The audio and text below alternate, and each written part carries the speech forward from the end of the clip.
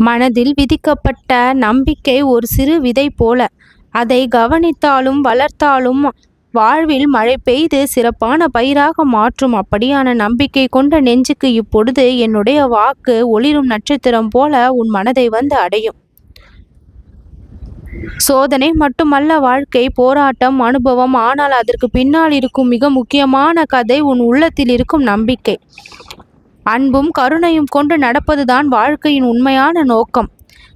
என் நெற்றியை தொட்ட இந்த நொடி முதல் உன் வாழ்க்கை மிகப்பெரிய பிரகாசத்தை காணும். உன் வாழ்க்கை மாயை மிகப்பெரிய நன்மையை காணும். உண்மையான சந்தோஷத்திற்கு அது வழி கொடுக்கும். நீ எதிர்பார்த்த மிகப்பெரிய நன்மை, நீ திரும்பி பார்க்காத அந்த நம்பிக்கை, காத்திருந்த பரிசு, இவற்றை கொண்டு வந்து சேர்க்கும். சிக்கல்கள் வந்தாலும் அவற்றை திறம்பட ஏற்றுக்கொண்டு பொறுமையாக இருப்பது சிறந்த வாழ்க்கையினுடைய தத்துவம்.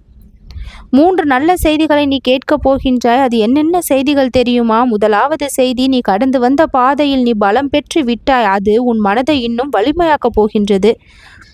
இரண்டாவது எது சம்பந்தப்பட்டது? உன்னுடைய வாழ்க்கையில் சமாதானம் வரும், உன்னுடைய மனம் அமைதியாக இருக்கும். மூன்றாவது கிடைக்கப் போகின்ற அந்த செய்தி, உன் முயற்சிக்கு அதிர்ஷ்டம் அஞ்சாமல் உன்னை பின்பற்றி வெற்றியின் தோழியாக உன்னை மாற்றும். இப்படி மிக முக்கியமான 3 நல்ல செய்திகள், நல்ல விஷயங்களாக உன் வாழ்க்கையை வந்தடையக்கூடிய இந்த நேரம்தான் நீ என்னுடைய நெற்றியினுடைய ஒளியை அழகாக தொட்டிருக்கின்ற இந்த நேரம்.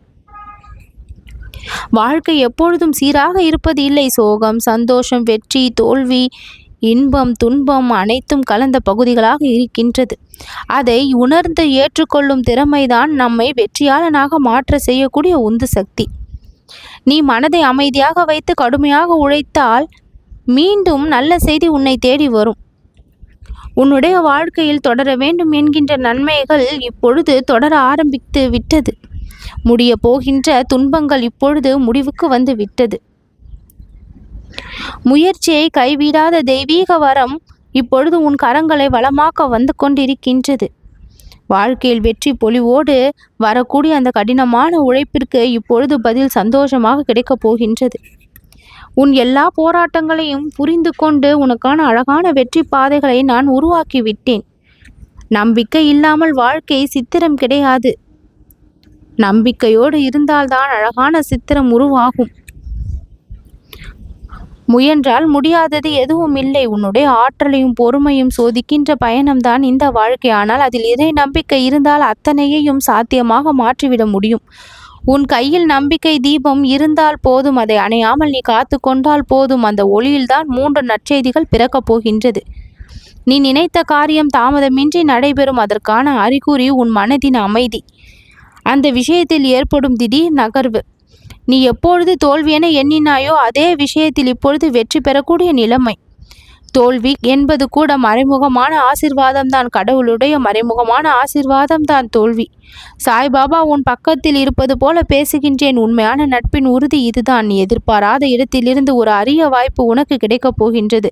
அது உன்னுடைய வாழ்க்கையின் கோணத்தை நல்ல திசையில் மாற்றக்கூடியதாக நிச்சயம் இருக்கும்.